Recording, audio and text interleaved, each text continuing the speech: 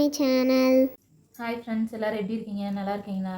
நம்ம இன்றைக்கி என்ன பார்த்துட்ருக்கோம் அப்படின்னு பார்த்தீங்கன்னா, அதாவது நெட் கிளாத்தில் வந்து ஆரி ஒர்க் வந்து போட போகிறோம். அது ஆரி ஒர்க் வந்து எப்படி நெட் கிளாத் வந்து ஜாயின் பண்ணுறது அப்படின்றது தான் பார்க்க போகிறோம். இப்போ நான் வந்து பார்த்தீங்க அப்படின்னா, இந்த ப்ளவுஸ்க்கு இதே கலர் நெட்டு வந்து கொடுத்துருக்காங்க. இந்த நெட்டில் வந்து நம்ம வந்து ஒர்க்கு வந்து போட போகிறோம். இது வந்து நான் அந்த வி சேஃபில் போர்டு நெட் தான் வந்து கொடுத்துருக்காங்க.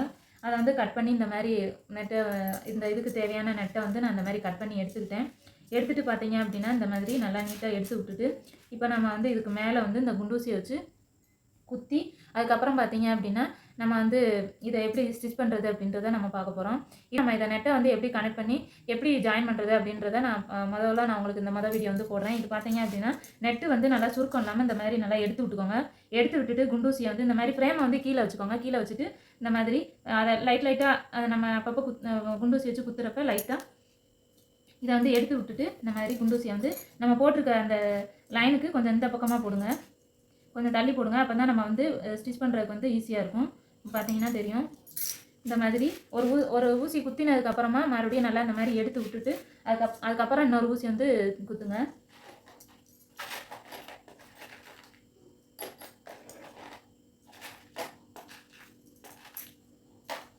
நம்ம வந்து மொத்தமாக வீடியோ அவங்களுக்கும் கொஞ்சம் தெளிவாக வந்து புரியும். இப்போ பாருங்கள், இந்த மாதிரி நம்ம வந்து இப்போ இதை வரைஞ்சாச்சு. போர்டு நெக்கு வரைஞ்சிட்டு இது மேலே வந்து பார்த்தீங்க அப்படின்னா இப்போ குண்டூசி வந்து குத்திட்டு இருக்கோம். லேசாக அந்த மாதிரி கீழே தூக்கிட்டு லைட்டாக இந்த மாதிரி குத்துனீங்கன்னா அது வந்து ஃபிட் ஆகிக்கணும். நல்லா ஒவ்வொரு ஊசி குத்துறப்ப இந்த மாதிரி எடுத்து விடுங்க. அப்போ தான் உங்களுக்கு வந்து அந்த சுருக்கம் வராது.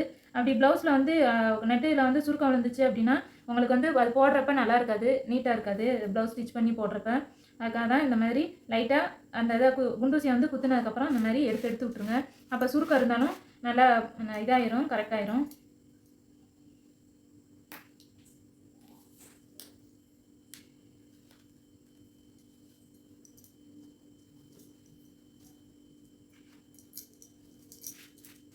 சுருக்கு மட்டும் இல்லாத அளவுக்கு எடுத்து விட்டுக்கோங்க.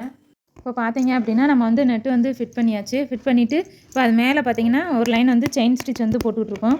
இந்த செயின் ஸ்டிச் வந்து போட்டதுக்கப்புறமா இன்னொரு லைன் கூட நம்ம போட்டுட்டு அது மேலே ஜிக்ஜாக் கூட போட்டுக்கலாம். இப்போ வந்து நம்ம இந்த இதை செயினை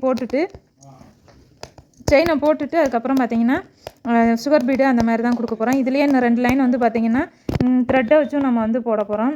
இது வந்து இந்த இடத்துல வந்து டேர்ன் ஆகிறப்ப நல்லா ஷார்ப்பாக இருக்கிறதுக்கு பாருங்கள் எப்படி டேர்ன் பண்ணுறேன்னு சொல்லி.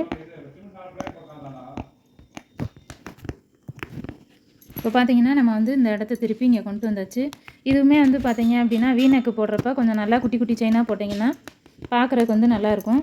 அது மாதிரி நம்ம வந்து இதோட இப்படியே நிப்பாட்டிக்கலாம். அப்படி இல்லைன்னா இதை 4 லைன் கொடுத்துட்டு அதுக்கப்புறமா 2 லைன் வந்து இப்போ பார்த்தீங்க அப்படின்னா நம்ம வந்து ஃபுல்லாக வந்து போர்டு நெக்கு வீநெக்கு எல்லாமே செயின் ஸ்டிச் வந்து 2 லைன் வந்து போட்டாச்சு. இப்போ என்ன பண்ண போகிறோம் அப்படின்னு பார்த்தீங்கன்னா இந்த குண்டூசியெல்லாம் எடுத்துகிட்டு அதை வந்து அதாவது எக்ஸஸாக இருக்க அந்த நெட் கிளாத்தை வந்து கட் பண்ணி எடுக்க போகிறோம். இப்போ எப்படி எடுக்கிறோம் அப்படின்றத பார்ப்போம் வாங்க. எடுக்கிறியா? இப்போ பார்த்தீங்க அப்படின்னா இந்த மாதிரி குண்டூசியை ஃபுல்லாக நம்ம வந்து இப்போ ரிமூவ் பண்ணிடுவோம். பண்ணிவிட்டு இப்போ அந்த எக்ஸஸாக இருக்கிற நெட்டை வந்து நம்ம கட் பண்ணி எடுத்துருவோம். நெட்டுன்னு யூஸ் பண்ணுறப்ப பார்த்தீங்கன்னா நெட் கிளாத்லாம் வந்து கொஞ்சம் பார்த்து கவனமாக வந்து இது பண்ணுங்கள், ஸ்டிச் பண்ணுங்கள். ஆரி ஒர்க் போடுறப்ப நெட்டெல்லாம் நம்ம கட் பண்ணுறப்ப பார்த்தீங்க அப்படின்னா டேமேஜ் ஆகிறதுக்கு நிறைய வாய்ப்பு இருக்குது. அதனால் முடிஞ்ச வரைய நல்லா பார்த்து பொறுமையாக நிதானமாக வந்து ஹேண்டில் பண்ணுங்கள். நெட்டை வந்து நம்ம கொஞ்சம் சின்ன மிஸ்டேக் பண்ணிட்டோம் அப்படின்னா கூட அது வந்து பார்த்திங்கன்னா நெட்டு வந்து டேமேஜ் ஆயிரும்.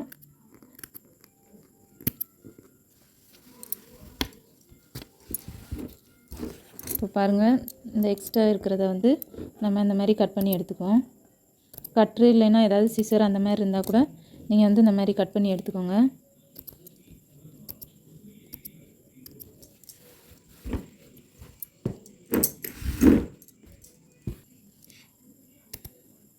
இந்த மாதிரி இந்த செயின் ஒட்டி இருக்கிறதுல இந்த மாதிரி கட் பண்ணி விட்ருங்க. கட் பண்ணிவிட்டு நம்ம வந்து அடுத்து வந்து ஒரு 2 செயின் லைன் போடுறப்ப அந்த எக்ஸ்ட்ரா இருக்கிறத வந்து வெளியில் தெரியாது.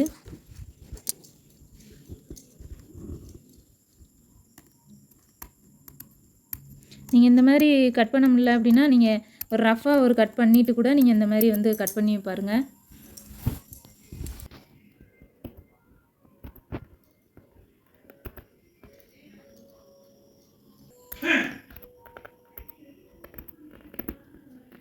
நல்லா ஷார்ப்பாக இருக்கிற சிசரோ இல்லை இது மாதிரி கட்டரை வச்சு கட் பண்ணுறப்ப கொஞ்சம் நல்லா ஒட்டை வந்து கட் ஆகும். இதை விட இன்னும் குட்டி சிசர்லாம் இருந்துச்சுன்னா இன்னும் கட் பண்ணுறதுக்கு உங்களுக்கு ஈஸியாக இருக்கும். அது மாதிரி நல்லா ஒட்டியும் க்ளீனாக கட் ஆயிரும். இப்போ பார்த்தீங்கன்னா நம்ம இந்த எக்ஸஸாக இருக்கிற நெட்டை ஃபுல்லாக கட் பண்ணி வந்து எடுத்தாச்சு. எடுத்துகிட்டு இப்போ இந்த உங்களுக்கு பார்த்தா தெரியும், க்ளோஸ்அப்பில் காமிக்கிறேன் பாருங்கள்.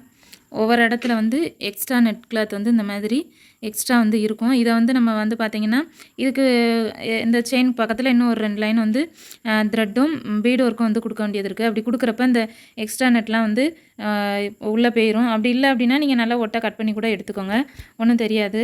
இது ஒரே மாதிரி இருக்கிறதுனால உங்களுக்கு வந்து அந்த எக்ஸ்ட்ரா நெட்டு தெரியுதான்னு தெரில. அப்படி தெரிஞ்சது உங்களுக்கு கட் பண்ணுறப்ப இந்த மாதிரி இருந்தது அப்படின்னா 4 லைன் வந்து ஒர்க் பண்ணுறப்ப கரெக்டாக ஆயிரும். அதனால் நீங்கள் வந்து எக்ஸ்ட்ரா இருக்கே என்ன பண்ணுறதுன்னு வந்து நினைக்காதீங்க, அது வந்து இதாகாது. இப்போ வாங்க நம்ம அடுத்த லைன் என்ன போடலாம் அப்படின்றத பார்க்குறேன். இதில் வந்து நான் வந்து பார்த்திங்கன்னா சில்க் த்ரெட் தான் வந்து கொடுக்க போகிறேன். இந்த சாரீ கலரில் உள்ள சில்க் த்ரெட்டு. இப்போ இந்த சாரீ எதுன்னு பார்த்தீங்கன்னா காமிக்கிறேன். சாரியோட கலர் வந்து பார்த்திங்கன்னா இதுதான். இதில் வந்து சாரீ வந்து ஒரு மாதிரி ஸ்கை ப்ளூவும் க்ரே கலரும் வந்து கலந்துருக்கு. நான் வந்து இப்போ இந்த க்ரேயில் தான் சில்க் த்ரெட் வந்து கொடுக்க போகிறேன். சில்க் த்ரெட் இந்த க்ரேயில் கொடுத்தோம் அப்படின்னா அது வந்து அந்த இதுக்கு சாரீ ப்ளவுஸ் வந்து வேர் பண்ணுறப்ப உங்களுக்கு பார்க்குறதுக்கு ஒரே மாதிரி நல்லாயிருக்கும், அந்த காம்பினேஷன் நல்லாயிருக்கும். நான் அதனால் இந்த சில்க் த்ரெட் கொடுக்குறது வந்து இந்த க்ரே கலரில் தான் கொடுக்க போகிறேன். இப்போ பார்த்தீங்க அப்படின்னா நம்ம வந்து சில்க் த்ரெட் வந்து கொடுத்தாச்சு. கொடுத்துட்டு 2 லைன் கொடுத்துட்டு வெளியில் வந்து பார்த்திங்கன்னா நான் வந்து ஒரு லைன் வந்து ஜரி வந்து கொடுத்துருக்கேன் காப்பரில். அதாவது இந்த சாரியோட கலர் காப்பர் அப்படின்றதுனால இப்போ நான் ப்ளவுஸ்லையும் வந்து காப்பர் வந்து கொடுத்துருக்கேன். அது மாதிரி சாரியில் வந்து க்ரே கலர் வந்துருக்கிறதுனால இந்த லைனுமே வந்து பார்த்திங்கன்னா நான் க்ரே கலரில் வந்து கொடுத்துருக்கேன். இப்போ நம்ம வந்து இதை ஃபுல்லாக வந்து ஜரி போட்டு ஃபில் பண்ணி முடிச்சாச்சு. இதுக்கு அடுத்து பார்த்திங்கன்னா இந்த லைனில் வந்து சுகர் பீடு வந்து லைன் வந்து கொடுக்க போகிறேன். நான் கொடுத்துட்டு நான் உங்களுக்கு காமிக்கிறேன் அப்படின்ட்டு. இதான் வந்து ப்ளவுஸோட ஃப்ரண்ட் நெக்கு. இது எப்படி போட்டேன் அப்படின்னு பார்த்தீங்கன்னா ஃபஸ்ட்டு வந்து ஃபிட்டிங் ஸ்டோன் வந்து இது ஸ்டிச் பண்ணிக்கிட்டேன். இது பார்த்தீங்க அப்படின்னா நம்ம ஆரி நீடிலேயே ஸ்டிச் பண்ணிடலாம். இந்த ஸ்டோனோட பேக் சைடு வந்து இந்த மாதிரி ஹோல் இருக்கும்.